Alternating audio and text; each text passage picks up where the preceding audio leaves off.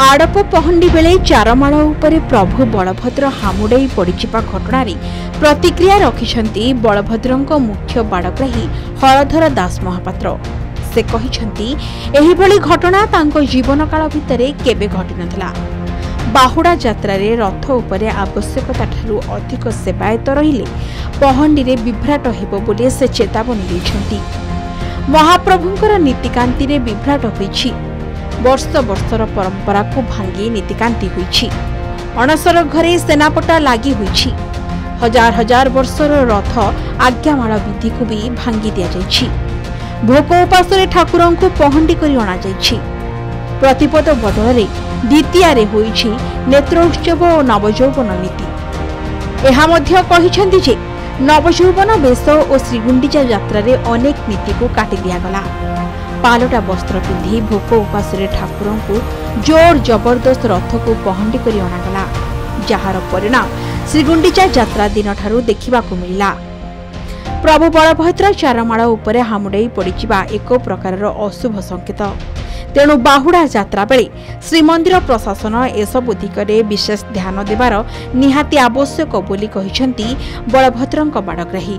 तेबे आसंतु सुनिबा आउ कौन कहिछंती बलभद्रंकर मुख्य बाड़ग्राही हलधर दास महापात्र। नवजौवन कहीं 6 तारिख न कल अघटन घटबनी तुम नीति अनीति करवा तुम कौन दरकार कौटी थुआई से नीतिटा न होते नीतिटा कहीं घटता। तुम प्रथम कथा है तुम गोटे आज्ञामाल नेल।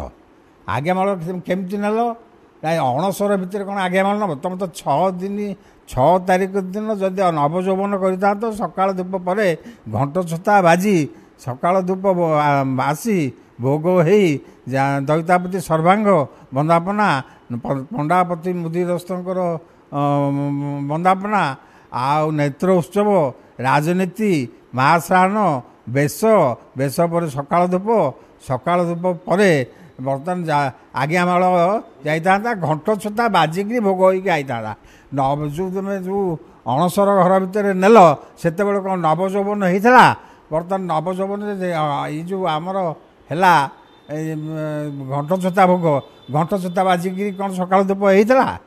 से घंट छता भोगटा को गुंडीचा दिन को बदलवा कौन दरकार था ସେଇଟା गोटे अन्याय। से जो घंट छता भोग है पूजा पंडा जो नहीं गले आज्ञामाल सी कौन मंदिर आमर पूजा पंडा जे कि आचार्य होइकिरी से ठीक काम कले।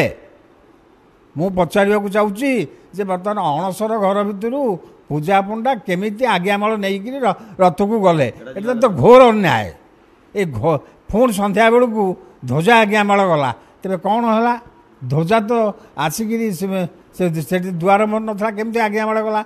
ये जो घोर अन्यायटा को महाप्रभु केमी सहे